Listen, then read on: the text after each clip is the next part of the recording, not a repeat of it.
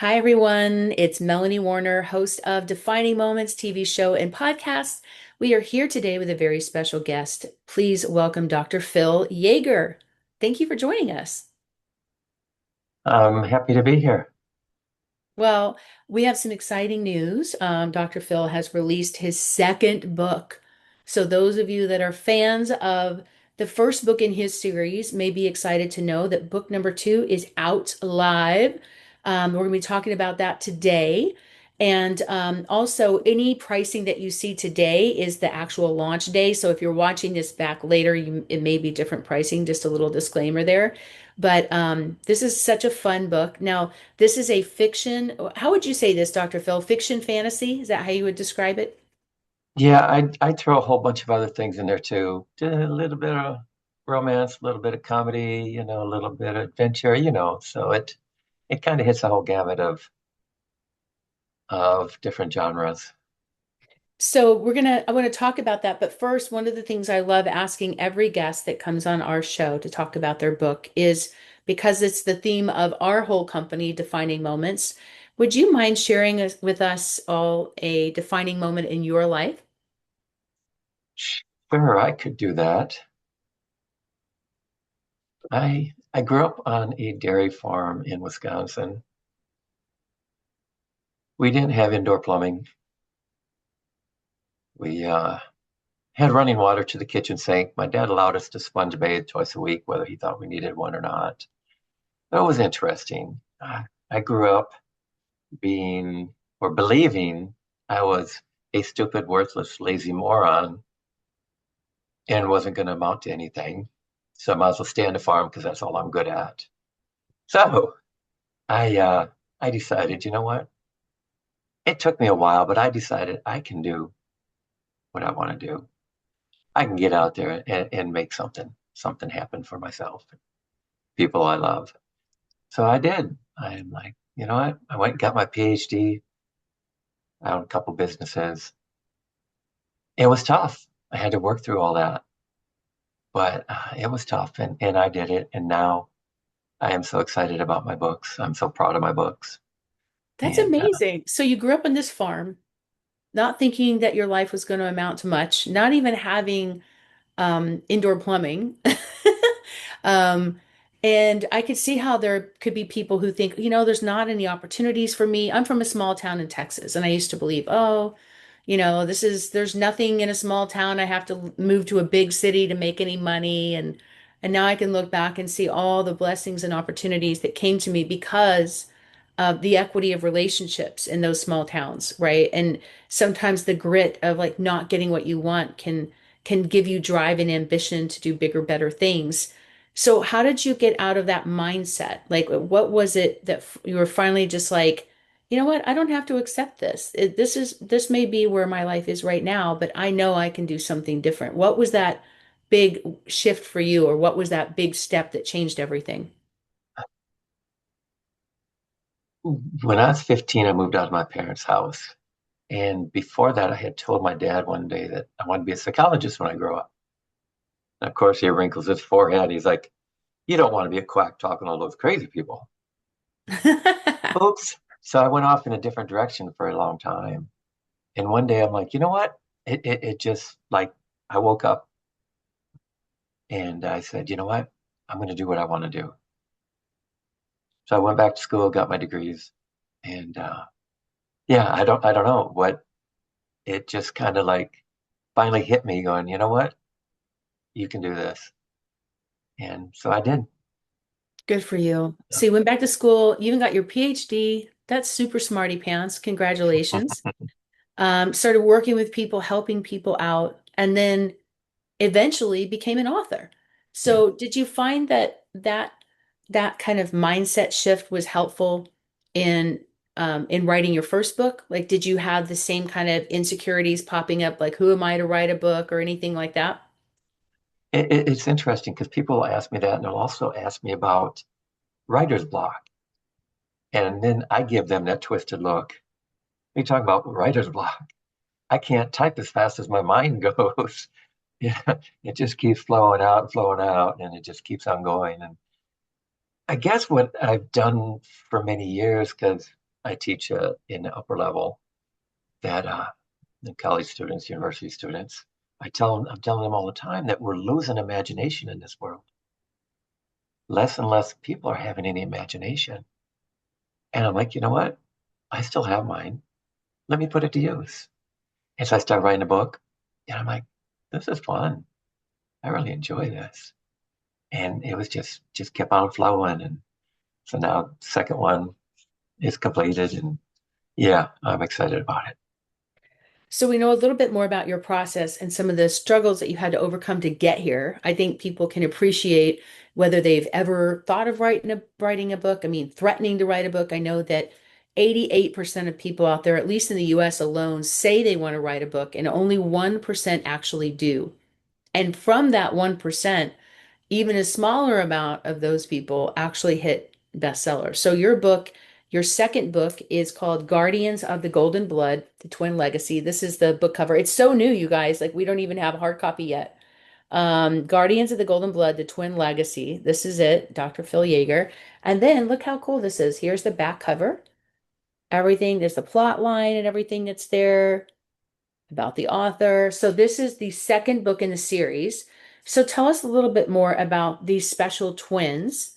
And also, if you need to fill us in a little bit more about the first book and what the first book is called as well. All right, let's start with the first book. The first book is Guardians of the Golden Blood, The Twin Chronicles. And then this one is Guardians of the Golden Blood, The Twin Legacy. And what happened in the first book is a set of twins, Jimmy and Jenny, And here's that one. Here's the cover for the first one. So that's Jimmy and Jenny, Guardians of the Golden Blood, the Twin Chronicles. Okay. and I built that cover because they're superheroes, but they're superheroes the same as you and I are superheroes. They're normal people. They're not like Batman and Superman. They're normal people, but they're superheroes. And so these twins have what's called golden blood. About 50 people in the world have golden blood. It's a real blood type. And all of a sudden, the world got into a pandemic. And in the book, it's called Octovirus because of the way that the virus is built. And our wonderful government found out that these two have golden blood.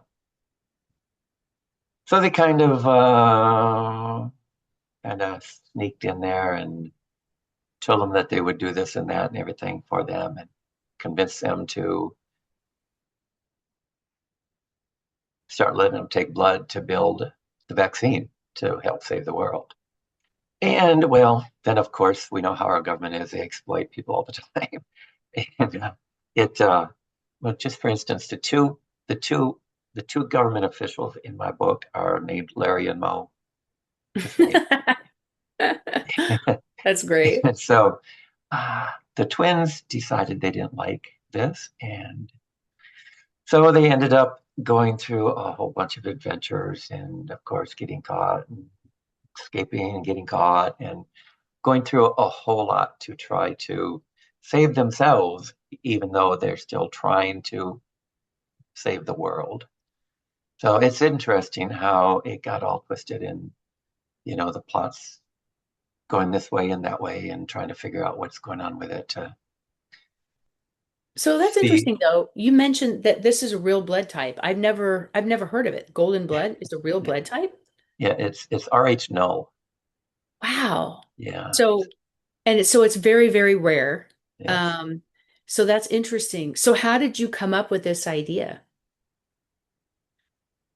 I don't even know why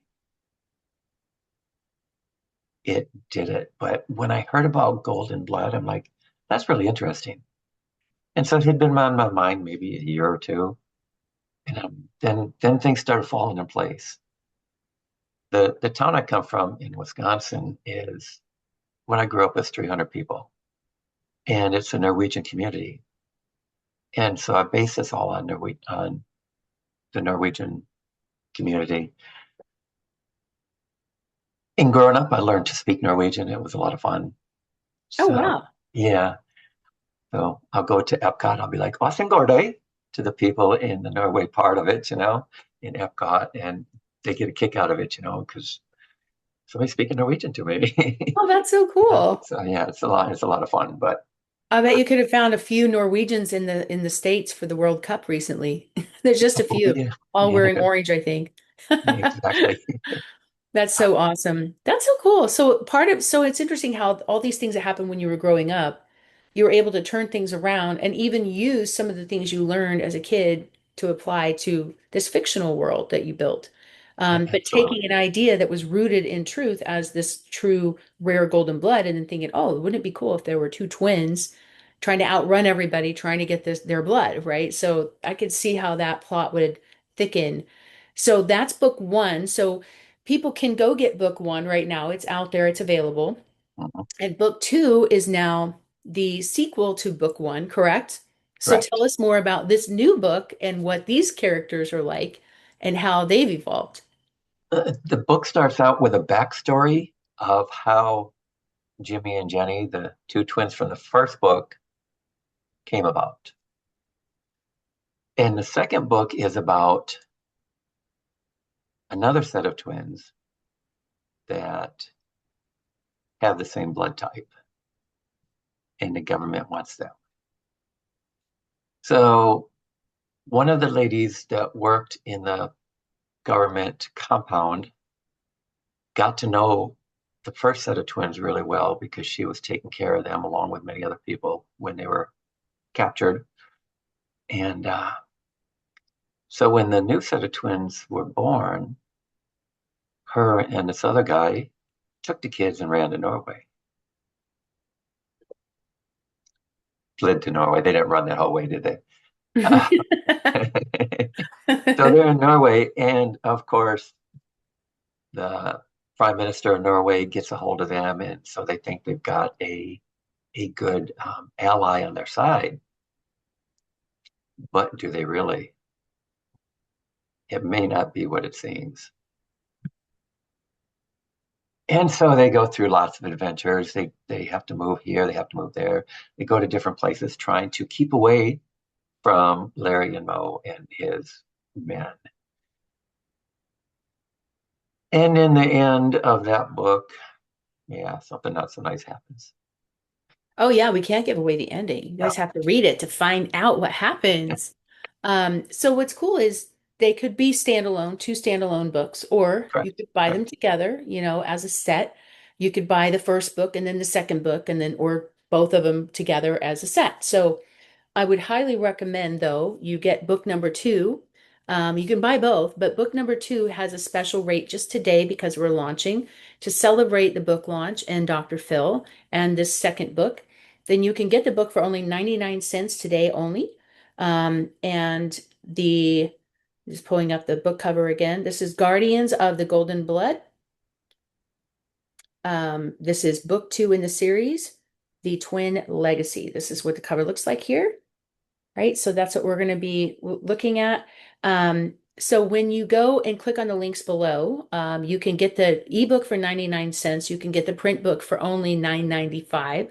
Those prices will be going up. So I recommend you jump in it today. And again, if you happen to see this later, just know that those prices may not be available. Um, but you can get one or both books as the set, which will be really fun. And it's a very, very easy read. It's a fast read. I remember the first time I looked at this manuscript, I was on a plane, and it just went by really quick. And it was a really good story. And I even had people ask me, like, what are you reading? Like on a plane, like, what book are you reading? I always take books with me on the plane. It's so fun. Especially because it like opens up conversation with other people. And one time, Dr. Phil, I was on a plane recently and I had just had a book that was released. It was one of my books, and the lady next to me was reading my book. Wow, And she wow. bought it at the airport. And I was like, this is super weird. She's sitting next to me reading my book. So that was a trip. Um, and it's always fun to see, like, I'm kind of looking at her, I'm trying to watch her and be inconspicuous, and she had no idea. And so it was kind of cool. And eventually we talked about it. And she's like, will you sign it for me? It was so cute. I was like so stoked. But yeah, it's so fun. 'Cause I always recommend that authors travel with their books, take their little books with them on the plane and in your carry-on. And I had a mentor that wrote Chicken Soup for the Soul, Mark Victor Hansen, Jack Canfield, and I would speak on their stages. They were my mentors for 25 years. I would do some traveling and stuff too and go to different events. And they always had books with them. They always had a box of books in their car. They always took them on the plane. They would give them away. They would talk to everybody all day, especially Mark Victor Hansen. And so I think that's the thing when you have multiple books or a series of books, you can, give extra copies away to people. And the plane is just such a fun way to get people engaged in your books. So I'm so excited about this. I can't wait for people to read this. Is there anything else that you want to share with the audience just about your journey or your process or the characters or anything like that today? The characters keep evolving. They're going to evolve past the second book. Oh, so you're working on book number 3 already. I love it. You heard it here first, people. Book number 3 is right up here on coming soon to you. That's so cool. And that's the thing, consumers love to consume. So when you're a fiction author, it's really important that you have additional books, and start building your list of fan base so that when your other book comes out, now you've got built-in buyers for that as well. And for some of you out there that are thinking about writing a book, threatening to write a book, Dr. Phil, what advice would you have for people that are kind of sitting on an idea of a book? One of those 88% of people that think they want to write a book, but they're not quite sure what to do. What advice would you give them to get started? Move to Iceland. All right. In Iceland, 1 out of 10 people that live in Iceland are authors. Really? I Isn't did that not know interesting? that. Yeah, I recently saw that because I was doing some research for the second book and I ran across that. I thought that was pretty interesting. My real advice would be I thought sit you were going to down. say move to, I thought you were going to say move to Iceland so that you don't have any other distractions. Maybe that's Move to why. Iceland, you have a better chance of being an author. Yeah, Um, that's funny. my real advice would be sit down and write. Just write. Don't worry about editing. Don't worry about fixing anything. Just write. There's other people that can do that part of it. Get that story out. Get it on paper or in this technology we use these days. Yeah. Get it out there so people can enjoy it. I've heard a And few people. Oh, go ahead. Sorry, didn't mean to don't interrupt. ever say, "Oh, I don't know. Is it good enough?" It absolutely is good enough. Absolutely is good enough. It's your story. It's good enough. I've heard a few people say that when they started writing their book, they started having dreams. Did that happen to you? They had dreams about their characters and they would wake up and have ideas for their characters. Did that ever happen to you? Yes, a few times I have woke up in the morning and quickly ran and wrote ideas down that had come to mind. It's interesting because I wrote the second book, I wrote about half of it. And then one morning I woke up and I knew what my ending was going to be. So I originally was set it for 2 books. And then I wrote the ending long before I filled in the second half of the book. And I'm like, okay, I'll have 3 books. No big deal. Um, That's so cool. yeah. So yes, those things happen all the time. And I need to write those ideas down because you wake up in the morning if you don't do it right away. Oops, where to go? Well, you're a great example, Dr. Phil, as somebody who's busy. I mean, you're married, you have a full career, you have a whole family, a life, like, yet you still figured out the time to do it. And even to bring these characters to life, to make them so believable. Like everybody in the book was very believable as a character. Sometimes I find that fiction authors tend to over dramatize their characters for just the sake of dramatization. Like, oh, we need to be really big and like this like stereotypical characters, especially in like fantasy fiction and some of those things. This I thought was written, it was definitely written as more of a thriller, you know. How would you describe your book? Like, what are similar authors or genres that people that love those books might like this book so that people know like this is a book that they would be interested in?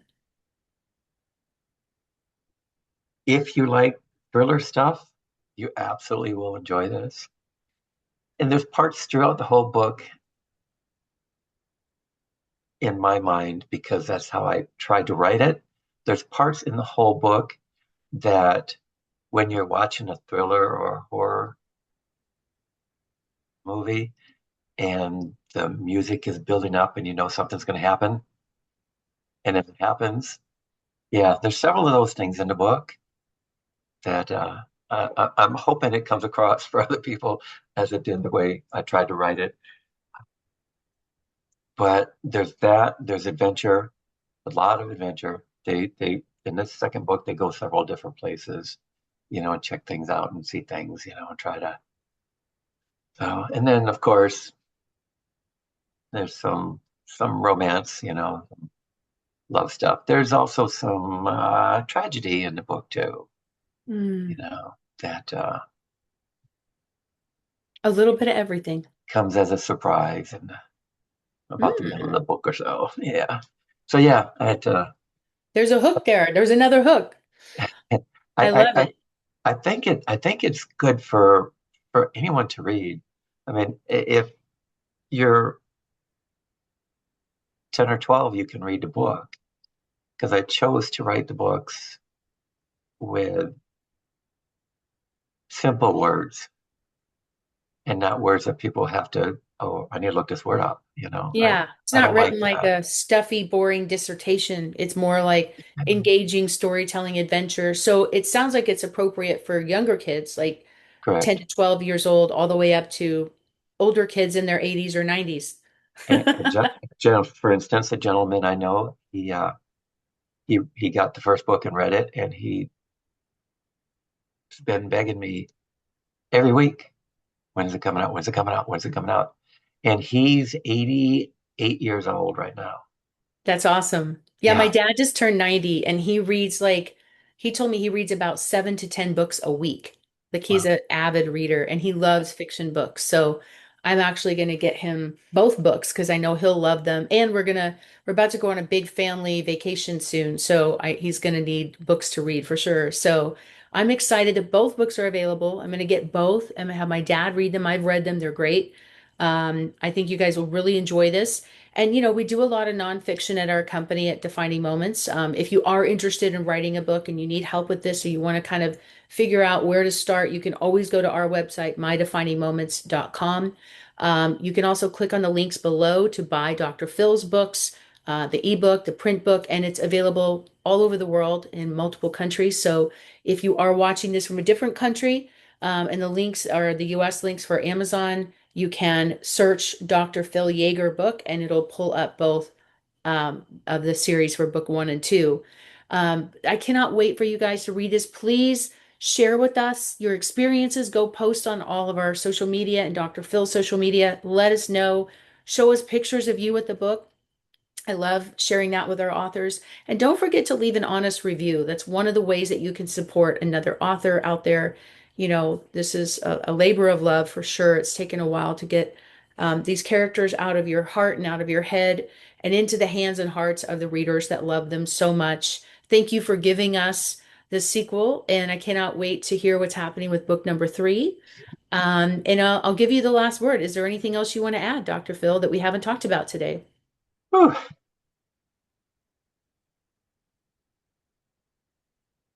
Yeah, I'm kind of lost for words now. That's kind of weird for me. Not usually lost for words. Yeah, just get the book. You won't be disappointed. It's if I say so myself, and I'm really not the type of person that brag about myself usually, but yeah, I'm very proud of my books, and you won't be disappointed. But if you are, let me know that too. Okay. So, Yeah, and is there a way, do you want people to contact you or is there your contact information or social media in the book? Is there some place that people can follow what you're oh, doing in your books and the characters? you know what? Now you gave me more work to do, didn't you? Well, that'll just give more people opportunity to find you. For now, you can go to Amazon and click on the links below, and we'll put them in the show notes as well. So I want to thank you so much for being here, Dr. Phil. Thank you for all that you do. I'm so, so proud of you. And I loved hearing your story. Thank you for sharing that with us. And, I love hearing, like, we all hear about the success. A lot of times we hear, oh, this person sold a lot of books and we love their books, but we don't always know that dark night of the soul, where you're sitting on this dairy farm in the middle of nowhere, questioning your life. And then look where you are now. You have a beautiful wife who loves you and supports you. You have this incredible family. You've got two books now. It's just incredible to see what you've been able to do when you decided to step out of your comfort zone and into this destiny of the life that was waiting for you. So thank you for having the courage to do that and for giving birth to these little book babies. We enjoy them. They're very entertaining. And I know you guys are going to love them. You're going to fall in love with Dr. Phil and his whole personality that you're going to see in these characters and in these books as well. So I can't wait to hear what's happening with book number three. And promise me you're going to come back and let us know when book number three comes out so we can help support that as well. I will come back. That's great. Well, thank you guys so much for being here today. We really appreciate it. Thank you for supporting another one of our authors, Dr. Phil Yeager, and can't wait to see what you create next. And thank you all for being here, and we'll see you next time. All right, take care, everyone. Bye. Bye.